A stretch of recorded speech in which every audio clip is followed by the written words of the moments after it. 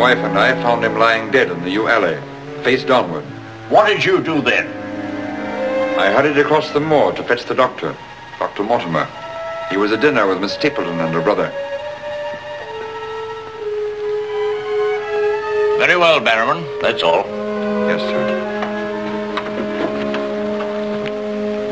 Dr. Mortimer, to what do you attribute the death of Sir Charles? Heart failure, sir. I might add that for some time Sir Charles was in a highly nervous state. Worried. Something was preying on his mind. And did he confide to you what was preying on his mind? Well,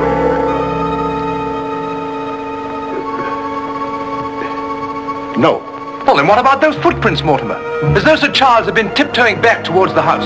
I examined them myself, and as a man of science, So did I, Mr. Stapleton. More likely Sir Charles was running. Running? Running from what? If you please, gentlemen, one at a time. Why don't you tell the truth, all of you? Tell all you know. Silence, Mr. Franklin. You've already testified you were not there and know nothing whatever of this matter. Nevertheless, I insist he was murdered. Murdered, I tell you. That will do, sir, that will do. There were no marks on the body of any kind, Dr. Mortimer? None. Then as his physician, what would you say was the cause of Sir Charles's death? Most emphatically a heart failure, sir. Such then, gentlemen, is the verdict of this coroner's court. Call it what you like. Sir Charles was murdered. There's more than one person in this room knows I speak the truth.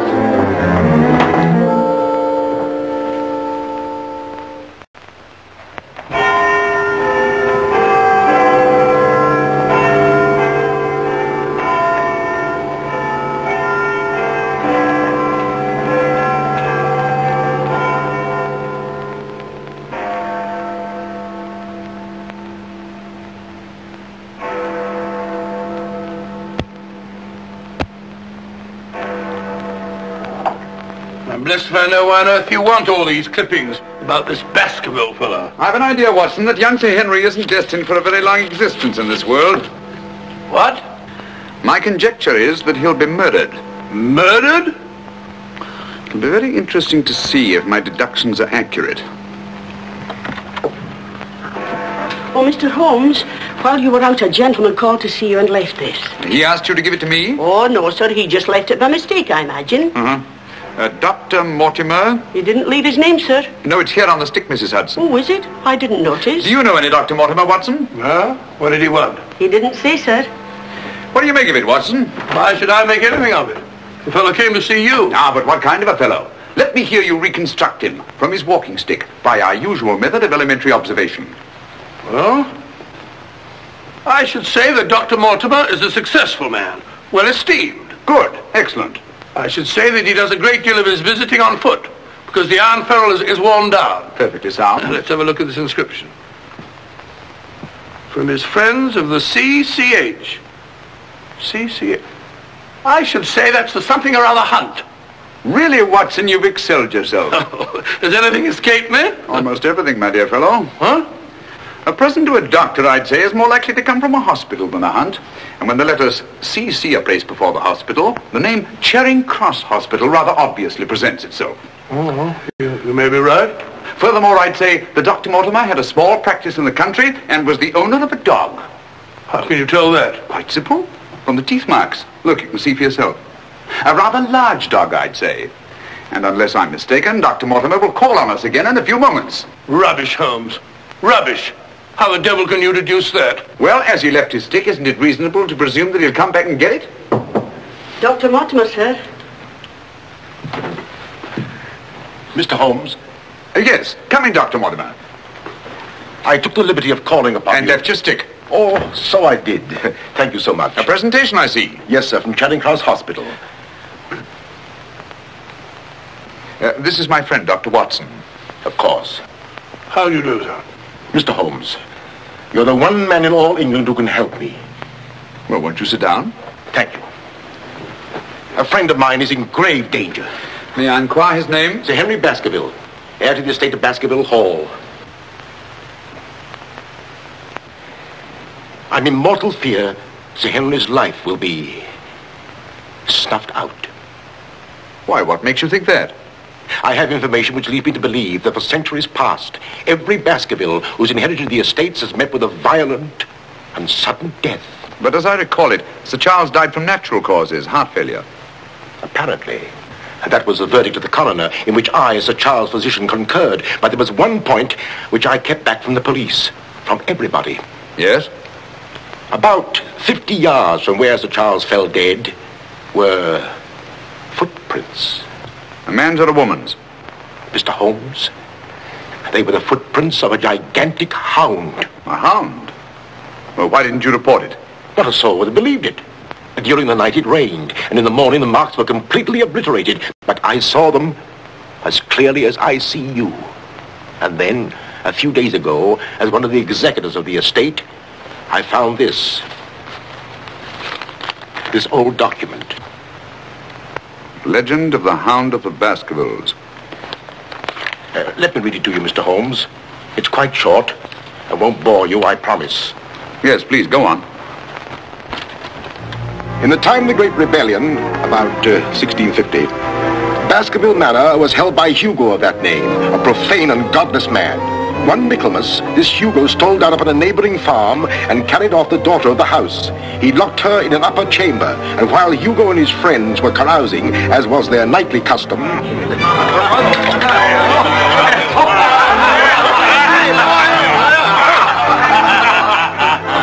Such a cuddlesome little wench never existed before, I swear. Cheeks soft as velvet, a form so wondrously rounded. Tell us more. What happened then? Where was I? Her form, you were saying. Oh, yes. No need to cry out, I told her. Hugo will not hurt you. With that, I whisked her up on my saddle, covered her with my cloak, and we were off like the wind. You brought her here? To the manor? Where is she? Go fetch her, Hugo. Easier said than done, eh, Hugo? How can he fetch her if she isn't here? Oh, she isn't, eh? Come on, I'll show you. I'll tell you.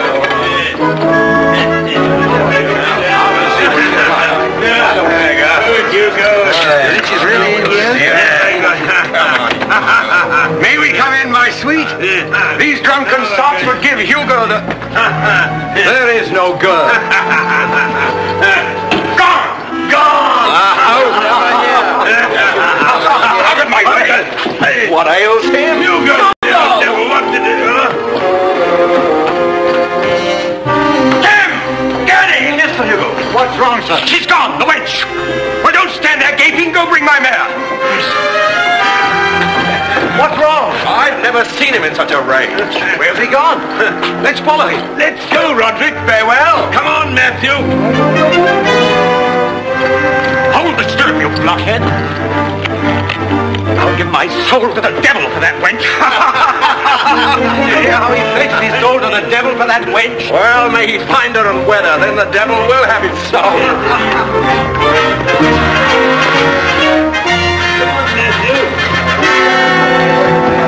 On and on they rode, until suddenly they came upon the body of the girl.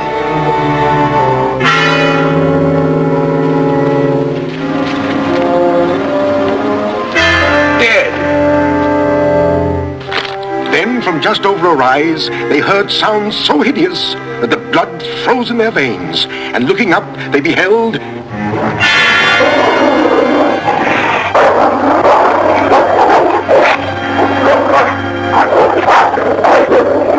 Before we could get at him, Sir Hugo was dead, his body literally torn to shreds.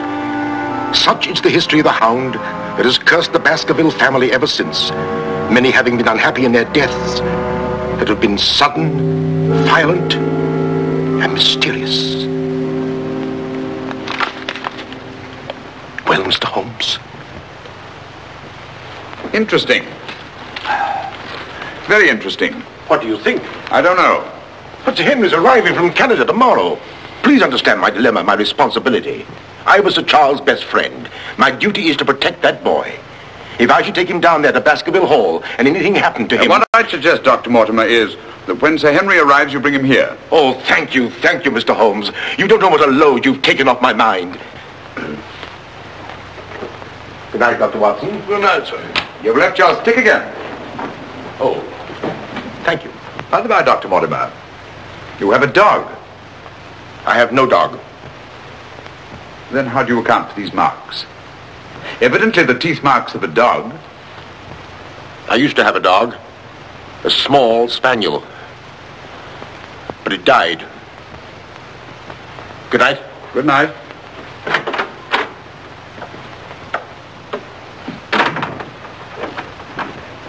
Well, Holmes, what do you make of it? Do you think there's anything in it? Good heavens, you're not going to start scratching on that infernal thing, are you? Dear old Watson.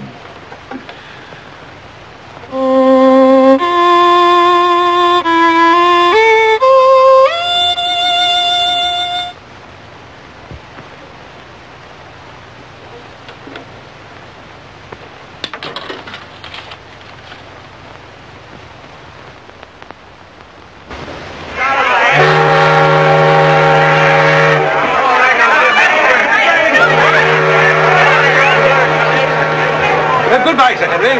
If you ever go back to Canada, be sure you sail with us. Thanks. You've all been wonderful. The very best of luck, sir. And the same to you. This way, Sir Henry. Ah, here you are, Sonny. Thank you, sir. And you? Thank you, Sir Henry. And you? Thank you, sir. Thank you. Sir. Oh, Sir Henry. Oh, it's too bad it's all over. Just when you and Betsy Ann were really getting to know each other. Oh, but we are going to see one another in London, aren't we, Sir Henry? Oh, I should love to. But I have to go down to the country, unfortunately. To your ancestral estate. How exciting. Perhaps, Betsy Ann, if you're very good, Sir Henry will ask us to visit him. Of course, yes. We're staying at the Savoy. Don't forget. I will. Bye. Goodbye. Sir Henry? Yes? I'm Dr. Mortimer. Your uncle was my best friend. How do you do? Thank you for coming to meet me. Not at all, my dear boy. Did you have a pleasant trip? Splendid, thank you. I've taken rooms for you at the Northumberland Hotel, where I'm stopping. Fine. I assume you'll be staying in London for a few days? Yes, I haven't seen it since I was a boy. Thank you, sir. Northumberland Hotel.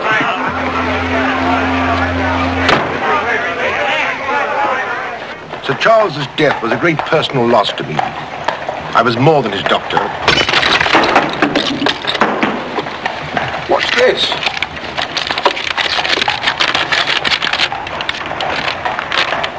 What are those words?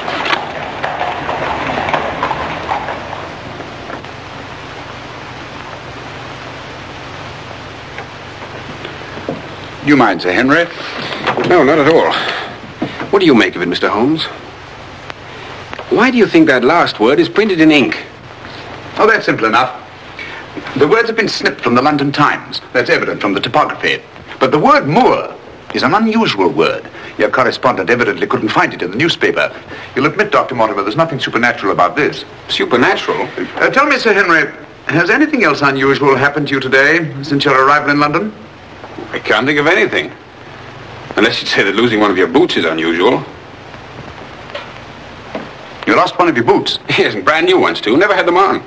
I put them outside the door to be cleaned, and when I went to fetch them, there was only one there. Brand new boots, and you put them out to be cleaned? They were tan ones, Dr. Watson. It prevents them from scratching to have them polished first. Now, will you please tell me what this is all about? Dr. Mortimer bringing me here to see you. This letter. It's about you, Sir Henry. Your inheritance in Baskeville Hall. And Dr. Mortimer thinks that it might not be safe for you to go down there. Safe? On account of a hound. A wild, supernatural monster that has cursed you Baskervilles for the last 200 or 300 years. Oh, that sounds grand. A family ghost, eh? Why didn't you tell me about this before, Dr. Mortimer? Well, Mr. Holmes suggested... He's going to tell you about it now, Sir Henry. Take him back to the hotel, Dr. Mortimer. Show him that old document. Tell him everything, the whole business. I'll join you a little later. Come on, we'll stroll back. You can tell me on the way. This is not something to joke about, Sir Henry. Believe me. See you presently. Good night. What's up? Shh. Come on, Watson. What's up now? Where are we going? You'll see soon enough. We've not a moment to lose.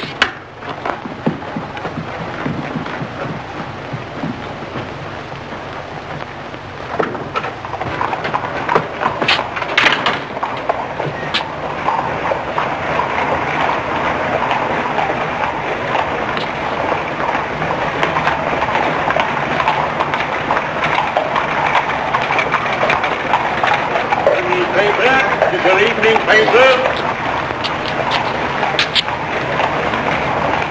Keep your eye on that hansom.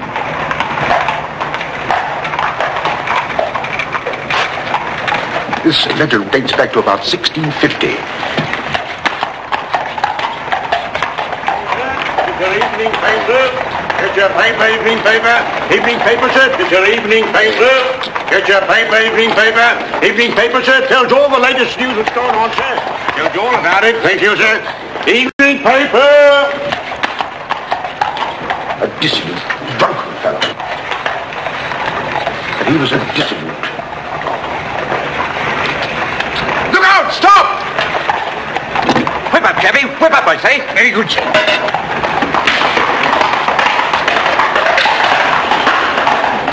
Who was it? I don't know, but it's just as I expected. Hadn't we better hurry on and warn them? No. They're not in any danger now. Here's the number of that hansom. Find out from Scotland Yard who the cabby is, and if you can, fetch him along to the hotel. I'll do my best.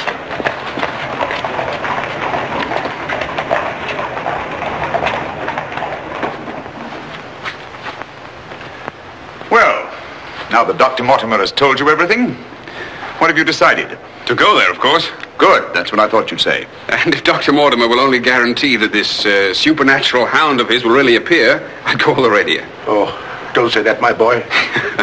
Sounds like a bogey story they tell kids to frighten them at night, doesn't it, Mr. Holmes? Yes, rather. It might interest you to know, however, that you were shadowed from my house. Shadowed?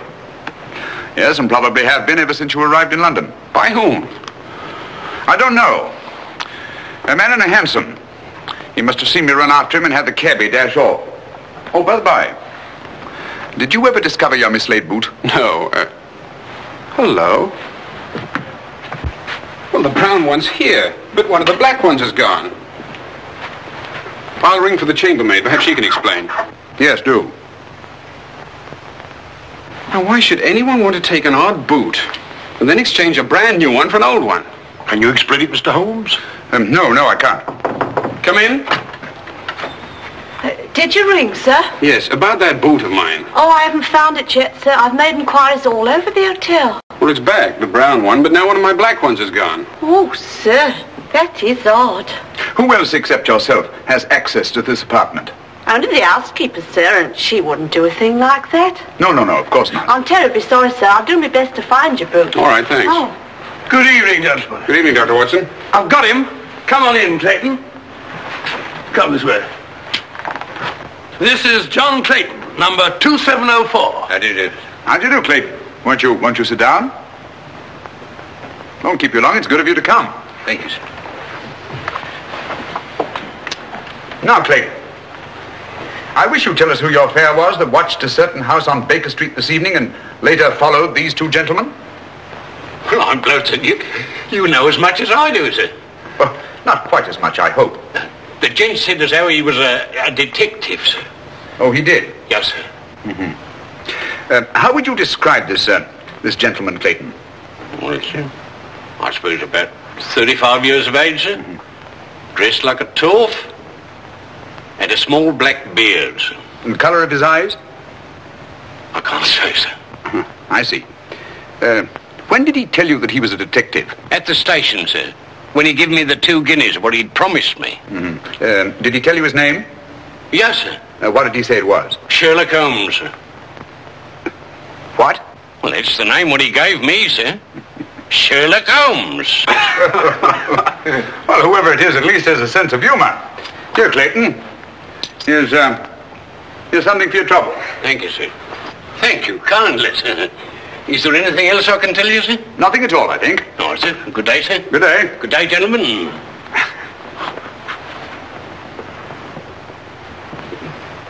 Well, Mr. Holmes, have we progressed, do you think?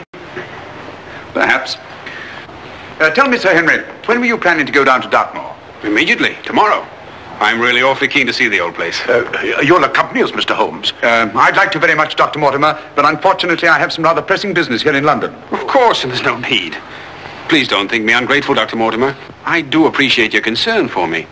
But this story of the hound, it's nonsense.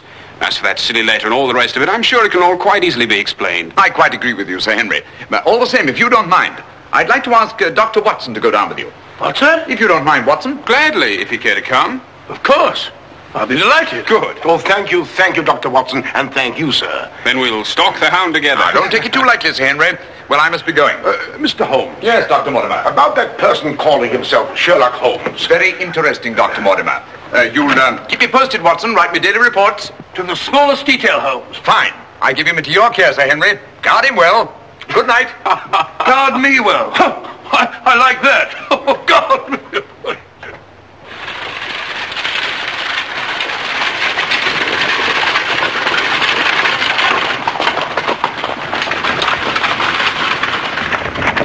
Here we are, Sir Henry, on famous Dartmoor.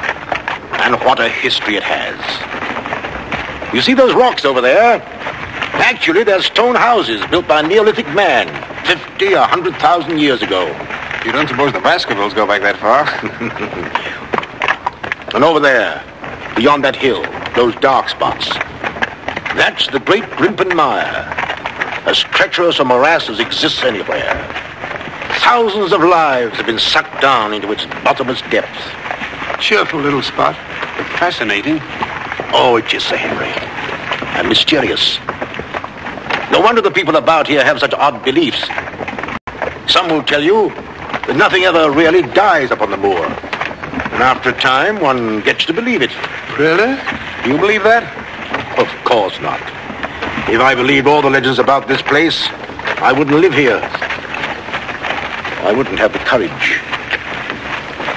And now, if you look, Baskervill Hall, the home of your ancestors, Sir Henry.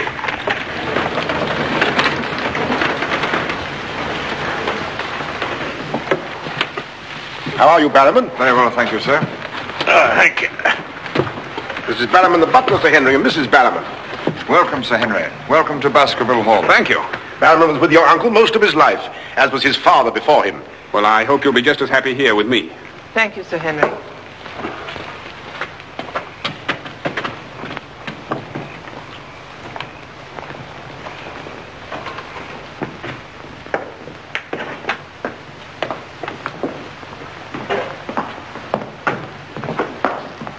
Baskervill Hall. And just as it's always been, Sir Henry, your uncle did some modernizing upstairs, but down here nothing has been added or taken away since Sir Hugo's time. Well, I wouldn't say it's the most cheerful spot I've ever seen. I beg your pardon, sir. What time do you wish dinner served, sir? Early, I think. Dr. Mortimer has to drive home. Tell the coachman to have the carriage ready after dinner. I'll tell him, sir. Now, I suppose you'd like to freshen up. There's hot water in your room, sir.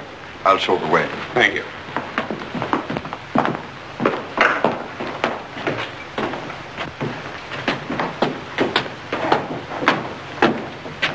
Be careful, sir. These steps are a bit in need of repair.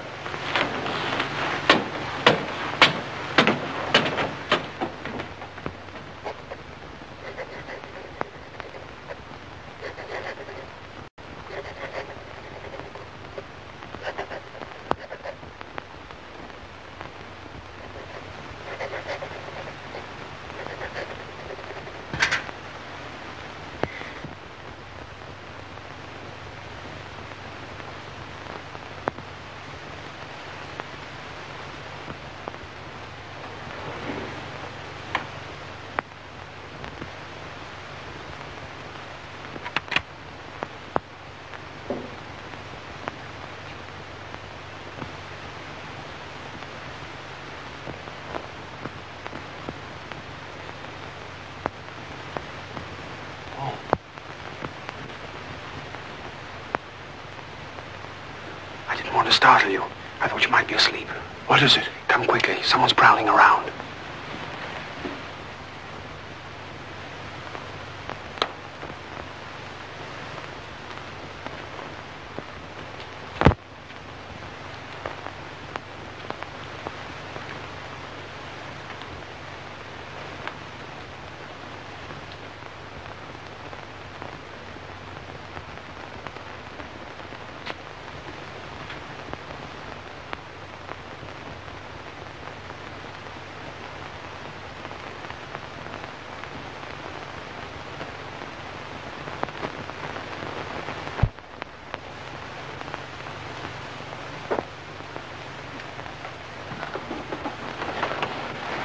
What are you doing, Barrowman?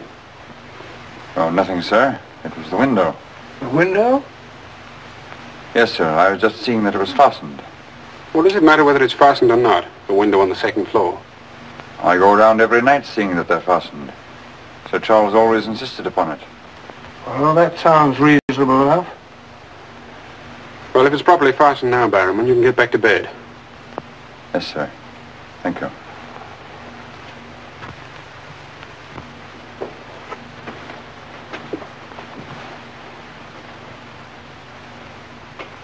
Do you see anything? Nothing. Nothing except a pinpointed light a long way off, over there by the crags. Well, keep your eye on that point of light. And tell me what happens.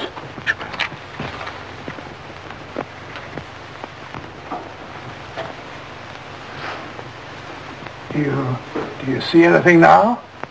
It's gone now. There it is again. And there it goes. Just as I thought. Barrowman was signaling to someone. Come on, get some clothes. We'll find out.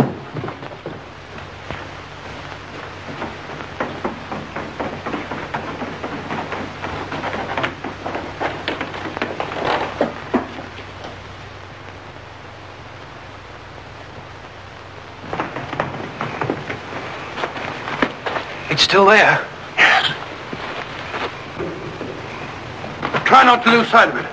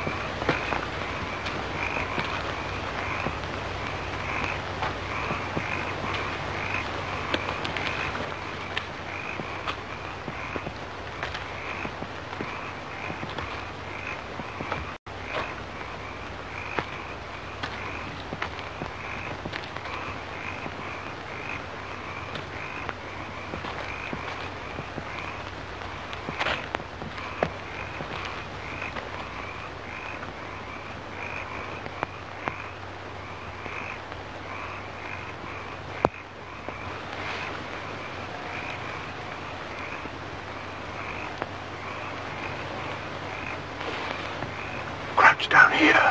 Whoever it is may come back.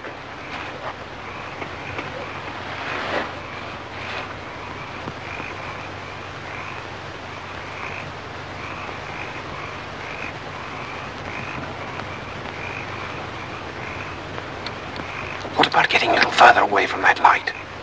Up there. Good idea.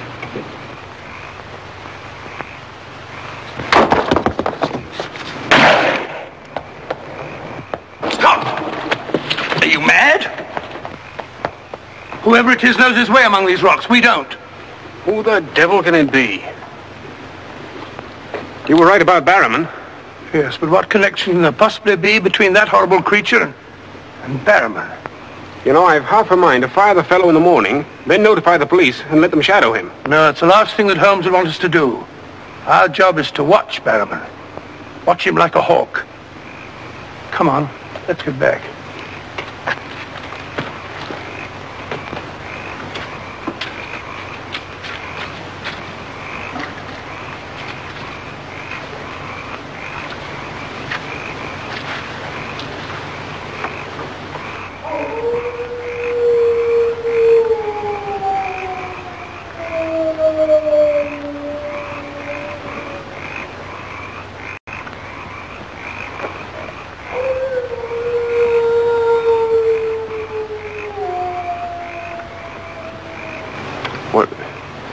What do you think it is?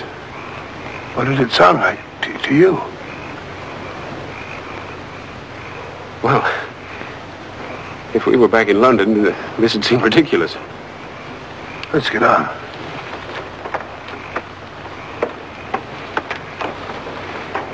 Look here, Doctor. You don't believe that nonsense, do you? Of course not. No more than you do.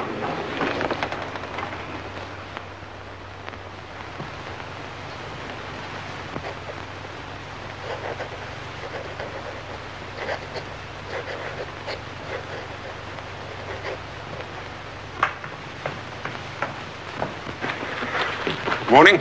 Morning, Sir Henry. So that's our famous Moor, eh? Yes, sir.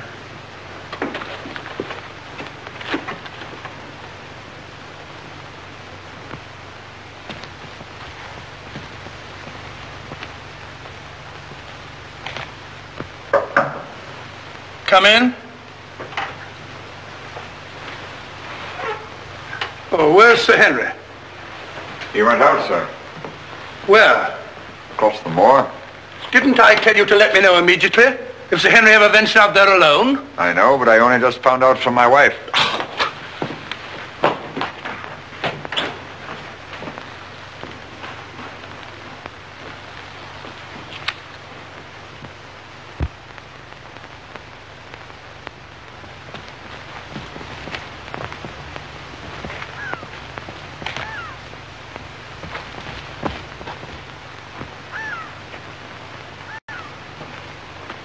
Hello there!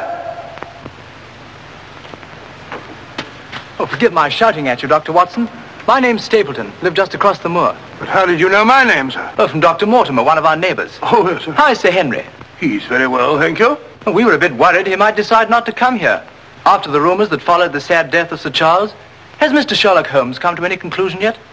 I really can't say. Oh, is he going to honour us with a visit? I haven't the slightest idea. Well, if I can be of any help, I do hope you'll call upon me. I know this place pretty well. Thank you, but I don't think I shall be needing any help. Wonderful place, this moor. From a scientist's point of view, there's nothing like it. Vast, barren, mysterious. You see those bright green spots over there? Seems a little more fertile than the rest. Fertile? That's the great Grimpen Moor. One false step means death. Only yesterday, one of the moor ponies wandered into it. Turned me sick with horror to see it struggling. And the sound of its screams... What's that? Oh, that? Well, the people round here say it's the hound. Surely you don't believe such rot? Bogs make queer noises. Or perhaps it's a bittern booming. A bittern? Yes, a very rare bird. Practically extinct. If anything is extinct on the moor. Stop! Stop! Look out! Stop! That was a voice. A woman's voice. Thank heavens you heard me. Another few yards you'd have been into that mire. Looks innocent, doesn't it? But only yesterday a little moor pony got into it, and that was the end of it. Well, thank you for shouting at me. You're Sir Henry? Yes. Oh, I suppose I should say welcome, Sir Henry, but I'm afraid it wouldn't be sincere. Oh, that's understandable. The stranger coming here and taking the place of someone you were fond of. Oh, it's not that. No? Tell me, what is it? Sounds silly, I know, but... Oh, it's not that ridiculous hound legend. I never used to believe those things till I came to live down here. But you do now. You're rich. You can go anywhere you want to. There are so many other places to live in the world. Interesting places. Just now, I find this place very interesting. Why, hello, Beryl. Hello. Oh, Dr. Watson, my stepsister, Miss Stapleton. How do you do? How do you do? Hello, Doctor. And this, I'm sure, must be... Oh, Sir Henry, my brother. How are you? I was just telling Dr. Watson how delighted we are you decided to come here. I'm here and to stay. Oh, that's splendid. You know, it's been quite dull down here since the hall's been closed. It's wide open now, especially to friends of my uncle. You must both come and dine with me. You must come to us first. Yes, what about tomorrow night? You and Dr. Watson. We'll invite the neighbours over to meet you. Of course, you already know Dr. Mortimer. The only other one's old Mr. Frankland. Who's he? Oh, wait till you meet him, Sir Henry. He'll bring suit against you, I warn you. What on earth for? You'll find something. Suing people is a passion with him. I'll look forward to meeting him. All right, tomorrow night, then. Thank you. And thank you again for rescuing me. Goodbye. Goodbye.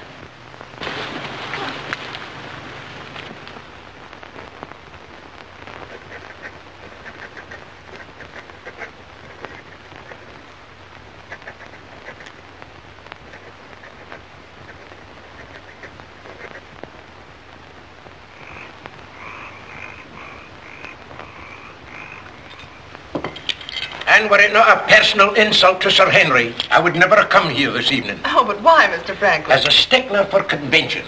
I'm not in the habit of breaking bread with my host on the eve of prosecuting him. Great heavens, what crime have I committed now? A most gruesome one, Mr. Stapleton. That of body snatching. What? You're a body snatcher, sir. A ghoul, a despoiler of graves. Oh, come, Mr. Franklin. That's a very serious charge. Oh, Beryl, refill Mr. Franklin's glass, will you? Thank you, my dear. And an excellent vintage it is, too. But if you're implying that I'm tipsy, sir... Oh, of course he's not. Tell us more, Mr. Frankland. Whose body has Mr. Stapleton been snatching? According to my evidence, sir, Mr. Stapleton was seen digging among the old stone huts on the moor and removed from there a skull. Oh, that! A most interesting relic, Sir Henry, of Neolithic man. I'll show it to you after dinner. 50,000 years old if it's a day. Nonetheless, sir, you removed it from the grave without the consent of the next of kin. And according to British law, that constitutes body snatching. Deny that if you can. But what good will it do you to prosecute Mr. Stapleton? None, sir.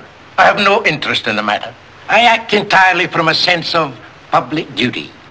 If you care to drop by my house someday and take a tipple of wine with me, I'd be glad to tell you a thing or two about everybody here.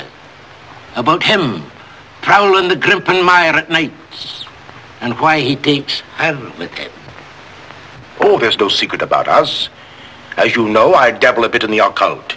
Mrs. Mortimer has very strong mediumistic qualities. She finds the old caves on the moor particularly conducive to psychic phenomena. Very interesting. Have you ever tried to communicate with my uncle since his death? Oh, yes, on several occasions, but with no success. But if my wife would consent to a seance tonight, while you, Sir Henry, are present, we might... No, James, not tonight. Please. Perhaps some other time. Shall we have coffee in the drawing room? Why, of course, Mrs. Mortimer. I can persuade my wife. Don't you think he's the list? If you and Dr. Watson would care to see my little collection... Oh, yes, the skull. Yes, well, in here. I'd like you very much. Quite a museum. Oh, a very modest little collection. But this one really is quite a treasure. You'll observe its unusual cranial index. Gentlemen, my wife has consented. She's agreed to a seance. Splendid. Oh, fine. Please come at once. Now then, if you'll all get chairs and arrange yourselves naturally, comfortably here by the fire. As Shakespeare says, you can call spirits from the vasty deep, but will they answer? They'll not answer scoffers or skeptics. If that's your attitude, Mr. Frankland, perhaps you wouldn't mind leaving us. Oh, I'm sure Mr. Franklin didn't mean to doubt. Of course I doubt. And I ask you to keep a civil tongue in your head, Dr. Mortimer. Ordering me out from under the roof of my host is grounds for a very nasty little lawsuit. Oh, come now, Mr. Franklin. Sit down by me. Now, tonight we may communicate with Sir Charles. Find out what he feared so greatly. What he was running away from. Now, Jennifer, you sit here, please. Sir Henry, here. Or would you please put out those lights? Certainly. Stapleton, that light, please. Dr. Watson.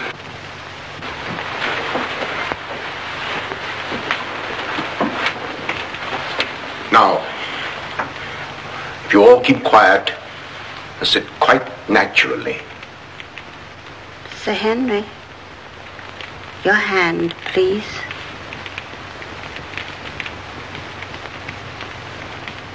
Sir Charles, can you speak to us? Let us know if you're present. There are things that only you can explain. Speak to us, Sir Charles, if you're here. There are things that only you can tell us. Sir Charles, can you speak to us? Let us know if you're present.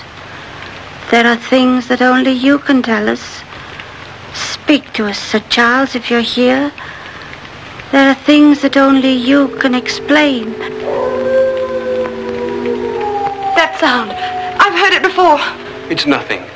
Nothing but the wind. Or a bittern. I was telling Dr. Watson only yesterday about it.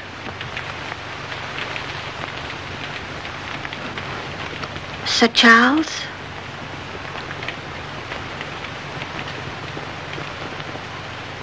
What happened that night? What was it you feared? Tell us, Sir Charles, of all the weird, terrible things that have happened on the moor. Listen. There it is again. Oh, I can't stand it. Will somebody put on the lights, please? I tell you it's nothing. Nothing but the wind.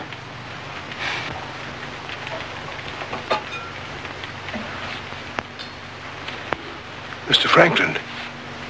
What did you think it was? The hound, of course. The hound of the Baskervilles. Any fool would know that. James, get my cape. Take me home. Very well, my dear. Dr. Watson, can I give you and Sir Henry a lift? No, thank you. We have our own carriage. You're trembling. That wasn't the wind we heard. I've heard that sound before, often. That's what I tried to tell you yesterday on the moor. That's why I wish you hadn't come here. But sounds can't hurt you. It doesn't matter what they are or where they come from. You don't know. Oh, you've got to get all that nonsense out of your head, Beryl. I wish I could. You're going to. I'm going to make it my business to see that you do. You've been alone too much. There's nothing to do down here. That's the trouble. I'm going to change all that, if you let me. We'll go fishing together, riding. You like riding? Yes, I do. Good. We'll start tomorrow, shall we? Yes, thanks. Fine. I'll ride over for you in the morning. Are you coming, Sir Henry? Right, Doctor. Good night. Good night.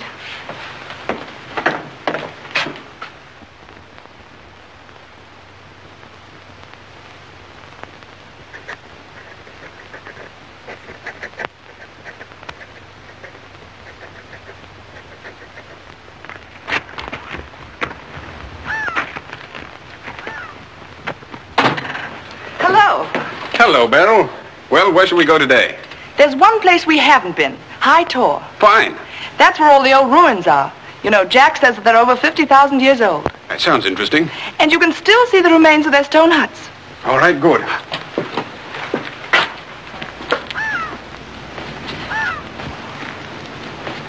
Those flattish stones over there, they're graves. Oh, and those huge ones, monoliths, the remains of their temples. Doesn't anybody know who they were or what they looked like? Jack has some theory about them. But anyway, they must have been very primitive, living on roots and dressing in skins. But still laughing and dreaming, just as we do. I wonder how many times some young savage brought his bride into this very hut. Said, take your hat off, darling, this is home. You know, this is probably where she cooked his first meal for him. What a yell he must have let out when she burnt it up.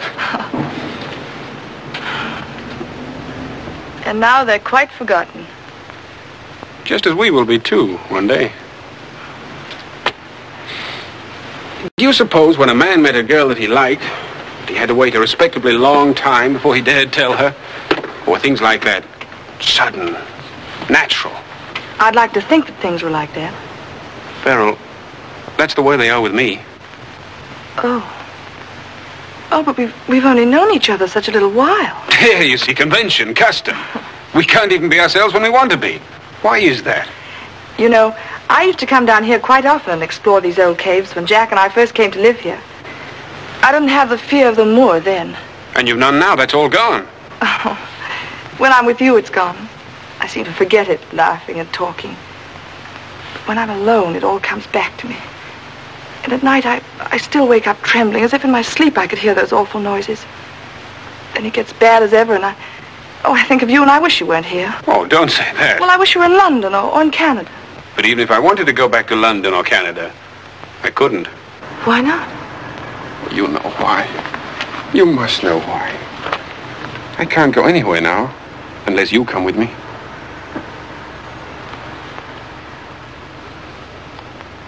Oh, Henry.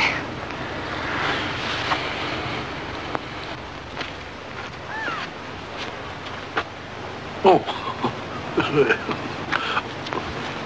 Would you mind pausing for a minute? I'm afraid I've lost my way. Oh, hello, Doctor. Sir Henry and I were just... We were getting engaged. Engaged? Splendid. May I congratulate you both? Thank you. Thank you.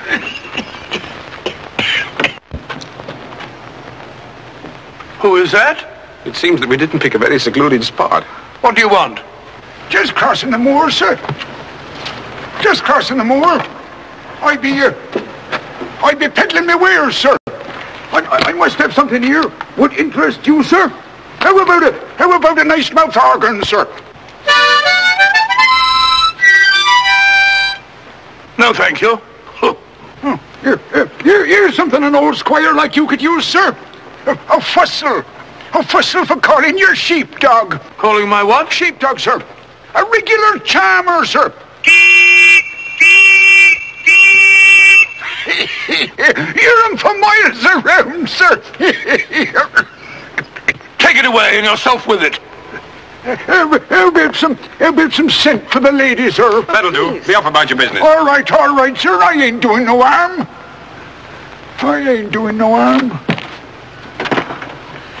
You know, that's what I hate about this moor. There's always something strange. Look, he's limping on the other foot now.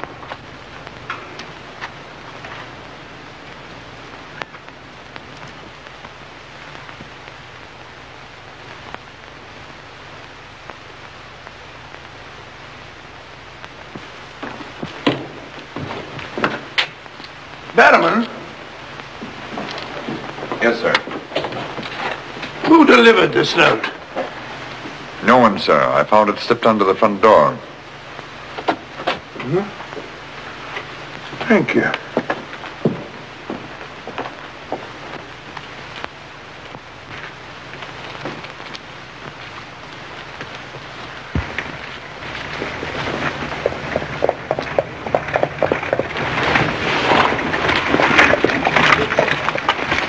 Barrowman, is Sir Henry at home? No, sir. He's gone across the moor. Oh, I'm sorry I missed him. Did Dr. Watson go with him? No, sir. Oh, thank you, Barrowman. I'll tell Sir Henry you called, sir. Yes, do.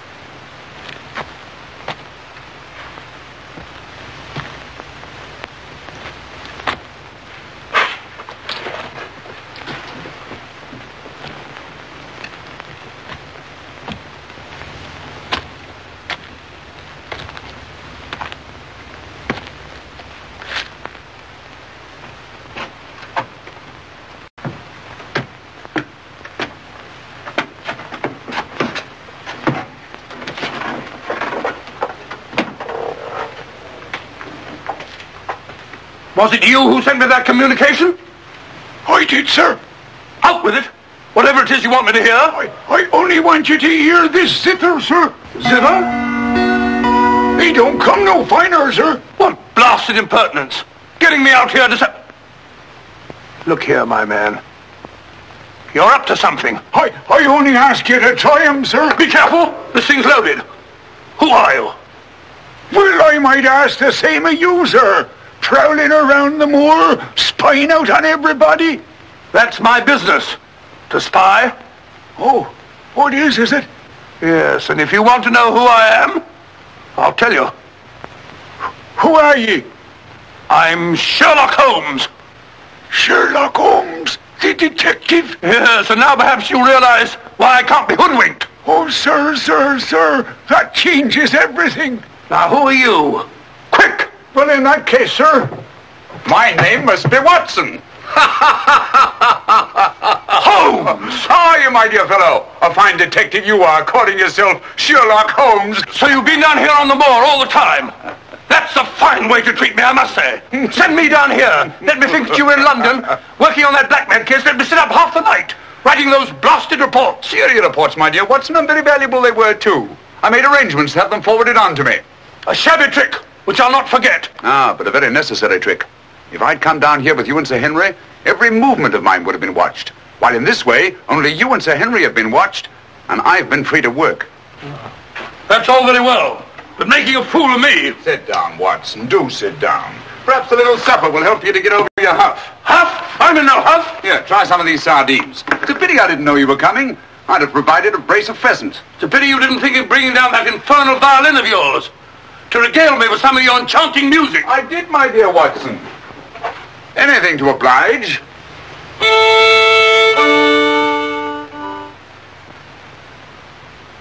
Well, if you've had enough to eat, Watson, and you're feeling in better spirits, I think we'd better be getting along. Getting along where, if I'm not prying? I'm returning with you to Baskerville Hall. There are still some gaps to be filled in, but all in all, things are becoming a little clearer. Not to me, I assure you. Still a hopeless jumble. Mr. Franklin, Dr. Mortimer, the Barrowmans, put it all together, and what have you got? Murder, my dear Watson. Refined, cold-blooded murder. Murder? There's no doubt about it in my mind. Or perhaps I should say in my imagination, for that's where crimes are conceived and where they're solved. In the imagination. But there's been no murder. Unless you mean Sir Charles. And the facts clearly indicated that he died from heart failure. That's why so many murders remain unsolved, Watson. People will stick to facts, even though they prove nothing. Now, if we go beyond facts, use our imagination as the criminal does. Imagine what might have happened and act upon it, as I've been trying to do in this case. We usually find ourselves justified. Then you know? Another day, two at the most, and I will know. My one fear is that the murderer will strike before we're ready. In that case... What's that? Where's it coming from? There. No, there. The hound. Come on, Watson, quick.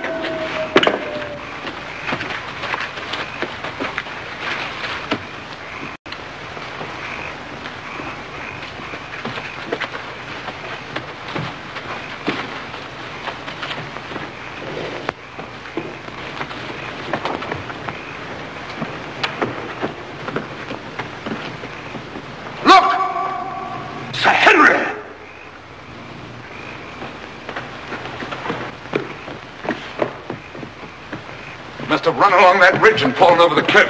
He's dead. Skull crushed in. The convict. Thank heaven. What? That's the man I shot at the night we arrived. The man Barrowman was signaling to. Who is it? The Notting Hill murderer. He escaped from prison last month. Been hiding on the moor ever since. The Notting Hill murderer? Do you mean that he is responsible for all this? That remains to be seen. But he's wearing Sir Henry's clothes. Yes, that accounts for it. Accounts for what? For the hound. These clothes were the cause of that poor devil's death. Do you mean that the hound was after Sir Henry? Yes, and mistook the convict for him because of the scent of the clothes. Do you remember that missing boot, Watson? Why do you suppose the brown one, the one that had never been worn, was so mysteriously replaced and the black one taken? Why? Because a boot that had never been worn wouldn't have had the scent of the owner. And the black one had. But how does this convict come to be wearing Sir Henry's clothes? Oh, well, that's simple enough. Why, Dr. Watson. Is somebody hurt? Who's this? The convict who escaped from Princeton. Oh, how terrible. I heard a cry. That's what brought me over here. What's your theory about it, Mr. Holmes? You're quick at identification. Oh, everybody knows you, sir.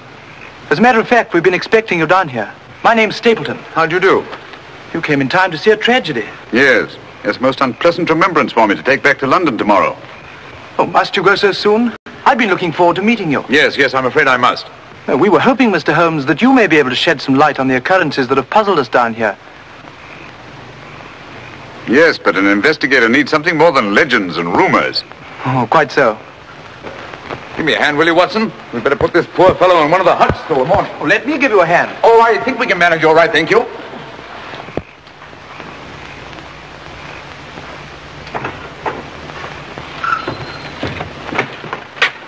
Where's Sir Henry Barrowman? In the library, sir. Now, Barrowman, if your wife's still up, Will you tell her Mr. Sherlock Holmes would like a word with her? Sherlock Holmes? Yes. Yes, sir. Thank you.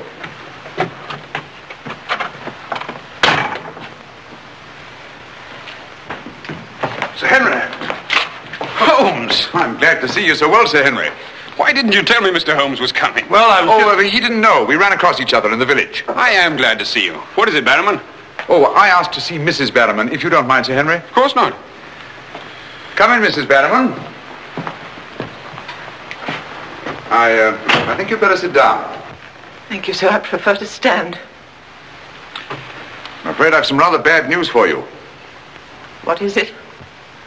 Well, it's going to be a bit of a shock. Oh. They've caught him. Your brother...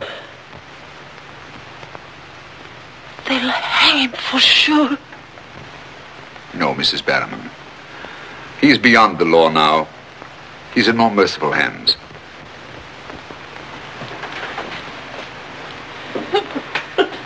We came upon the poor fellow as we were crossing the moor. He must have missed his footing and fallen over the cliff. No further need, Barrowman, to signal to him from the window or take food out to him or give him Sir Henry's discarded clothes. Oh, Sir Henry. It was all my doing. Barrowman here wanted to tell you all along so as you could notify the police. But he was my kin, my own kin. Even though he wasn't never any good. We understand. He won't hold it against Barrowman, will you, sir? Of course not. Now take her along and see that she's all right. Thank you, sir. Thank you, Sir Henry.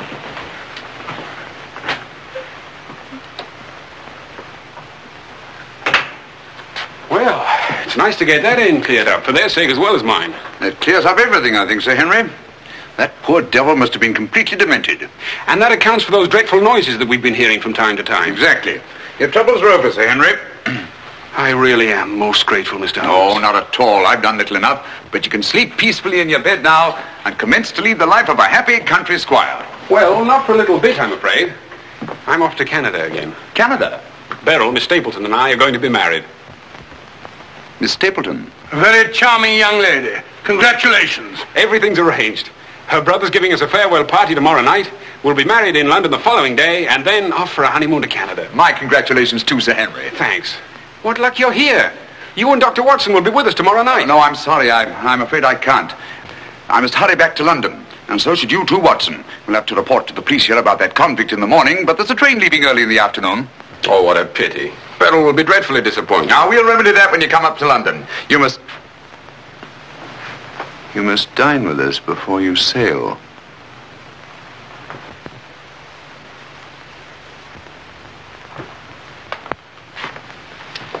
Well, there's the old boy himself, Sir Hugo. Hugo, the beast of the Baskervilles. Not a bad bit of brushwork. By Ransom, one of the minor painters. Oh, I don't imagine it's very valuable. I can't quite agree with you, Sir Henry. One day it might prove to be of the greatest value. Well, we must be going.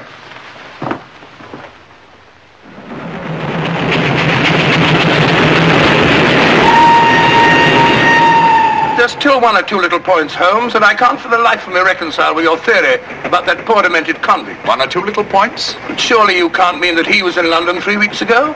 Sent that letter? Stole that boot? Of course not. And who the devil did? The same person who was responsible for the death of that convict last night and will try again to murder Sir Henry tonight. Tonight? Unless my imagination has run away with itself, and I don't think that it has. Then why are we rushing up to London, leaving Sir Henry entirely unprotected? We're not, my dear Watson. We're just giving the impression of rushing up to London. In a minute and a half, we'll be in Oakhampton. There, we'll catch a train back to Dartmoor. If my surmise is correct, we'll nab our man in the act. But if you know who it is, why all this roundabout rigmarole? Why don't you have him arrested? Because I've no case. Not a shred of evidence that would hold in any court. The only way is to catch him red-handed, to catch him in such a way that there's no escape, no alibi. That means gambling with Sir Henry's life. But you can't Gambling to save his life. But we've got to take that chance. Otherwise, the shadow of sudden death will be forever hanging over his head, and sooner or later... Here we are, Oakhampton. And may you both spend the rest of your years together in happy contentment. Yeah. Thank you. Thank you. And now I want to thank you all for the kindness that you've shown a stranger. And when Beryl and I return, I want you to know that you'll always be welcome at Baskerville Hall. Thank you. Thank you, Sir Henry. It's going to be lonely for you, Mr. Stapleton, with Beryl gone. Yes, indeed it will, Mrs. Mortimer. I shall be more dependent than ever upon you, my neighbours. Don't count upon me, sir. In my opinion, you're a body snatcher. And until the courts have decreed otherwise, I want nothing whatsoever to do with you. Oh, Mr. Franklin.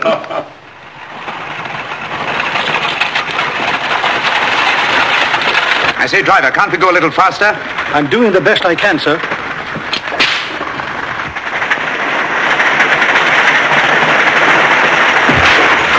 You idiot! We said go faster, not break our necks.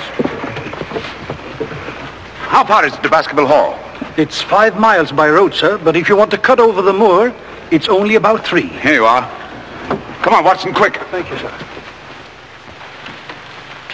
It's been a wonderful evening, Stapleton. Well, glad you could be with us, Mortimer. Thanks.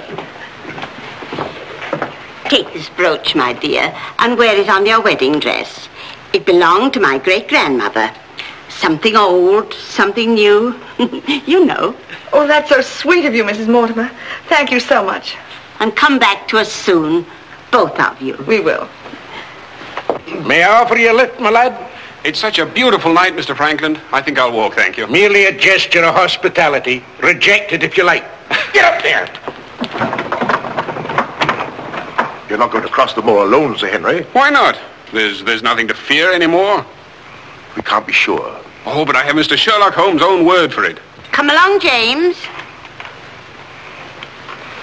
Good night, Sir Henry. Good night, Mrs. Mortimer. And the best of luck to you both. Thank you. Thank you.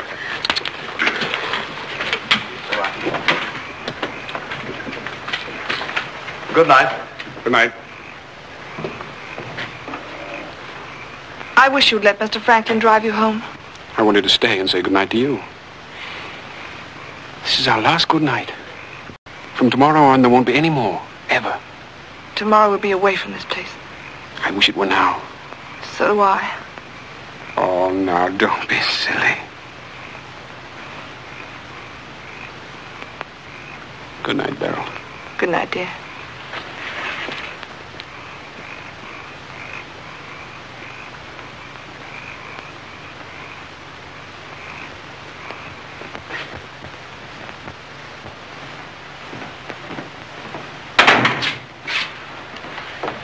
Well, was it a nice party? Wonderful.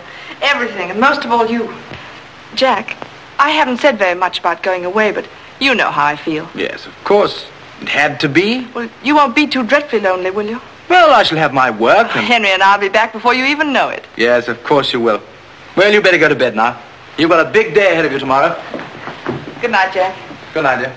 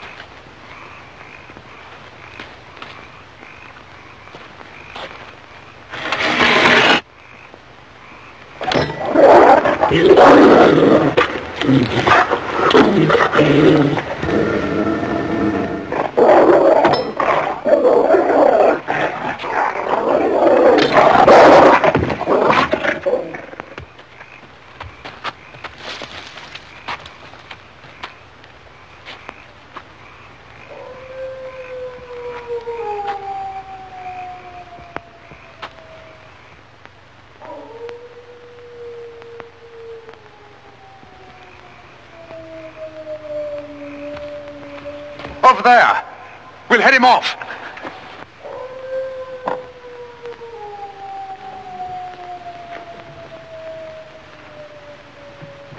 Jack!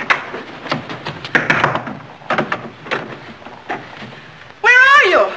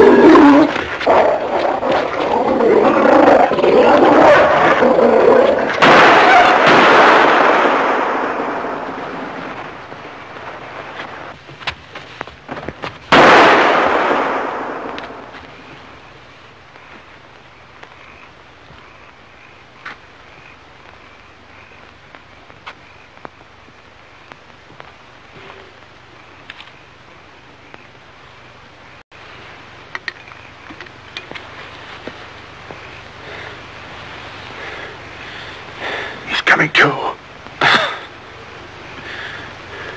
You'll be all right, old man. Watson. Yes, old chap. Mr. Holmes? Yes. What was it? We've got to get him home quickly. Can you manage him alone? Yes. Because I've got things to do.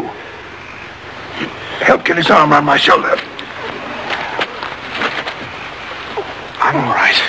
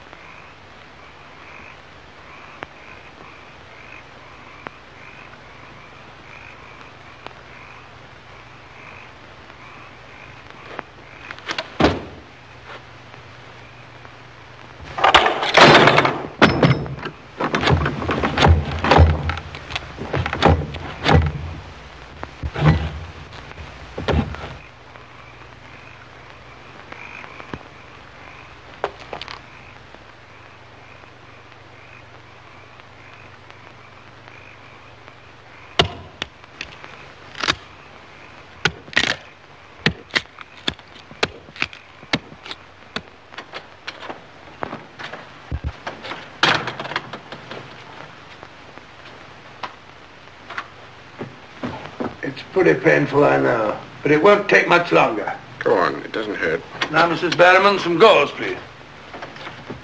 I just heard the dreadful news. Thank heavens you're safe. Is he all right? Well, now we know for certain that this is no legend, no myth. There really is a hound. Was a hound? Yes, Mr. Holmes told me. I ran into him across the moor. He asked me to send you to him at once. It's a matter of great importance. He said he'd wait for you at the spot where the beast was killed. I must finish here first. This poor boy's taken a terrific beating. Well, I could carry on for you, Doctor. I'm a bit of a doctor myself, you know. Do you think you could manage? Yes, I'm sure I could. I think you really ought to go, Dr. Watson. Mr. Holmes was most urgent. Oh, really?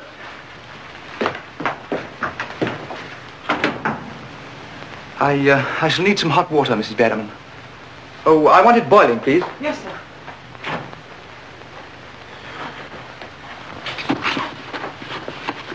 It must have been a terrifying experience, Sir Henry.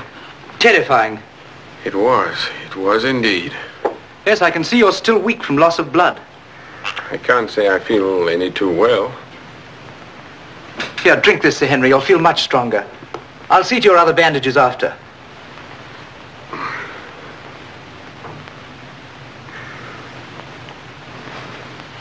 Oh, it may taste a little bitter, but don't mind that. Sir Henry! Well, feeling better? Yes, thanks. I say that's uncomfortably close to your eye, isn't it? Another one on this side? Huh? Well. Oh, I'm terribly sorry. That was clumsy of me. It was only a bit of a tonic. Sir Henry's lost considerable blood. Yes? Henry! Henry!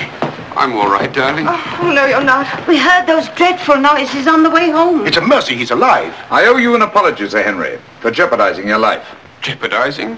But you saved my life. But there was no possible way for me to foretell the fog. And I must apologize, too, for deceiving you last night. When I told you that your troubles were over, I knew that they weren't. But if I hadn't cleared out, the crisis which came tonight would have been indefinitely postponed, with the shadow of death hanging over you. And over you, too, Miss Stapleton.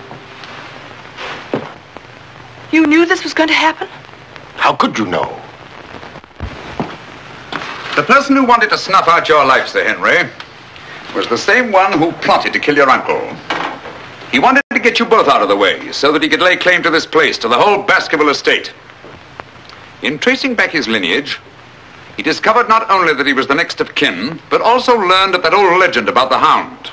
So he brought the hound to life by the simple expedient of buying the most savage dog that he could find and hiding it here on the moor until he needed it. If he had succeeded tonight, the blame would have fallen on the legendary monster, and no possible suspicion would have been attached to him. A most ingenious device. And I'm quite sure that he would have had no difficulty in proving his claim to Baskerville Hall and all that goes with it. The most amazing instance of a throwback that I've ever seen.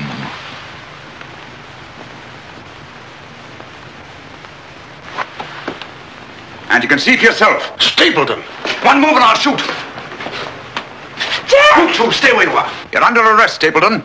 For the murder of Sir Charles Baskervill, the murder of a convict, and the attempted murder of Sir Henry. You can't arrest me, Holmes.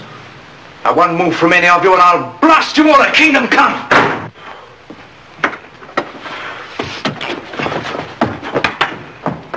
So sorry, old boy. What's the matter, old man? What's the matter? That's our man. Stapleton, the murderer? He won't get very far. I've posted constables on both the roads, and the only other way is across the Grimpen Mire.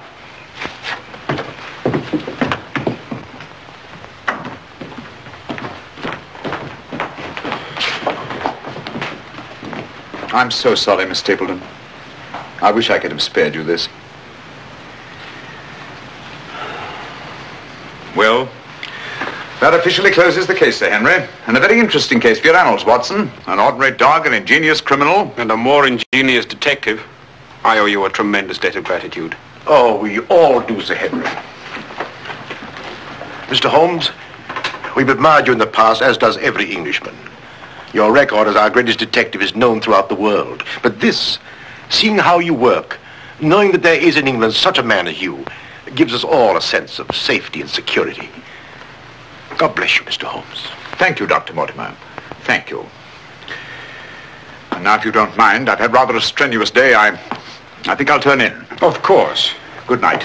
Good night. Good night. Good night, Mr. Holmes. Good night. Oh, Watson, the needle.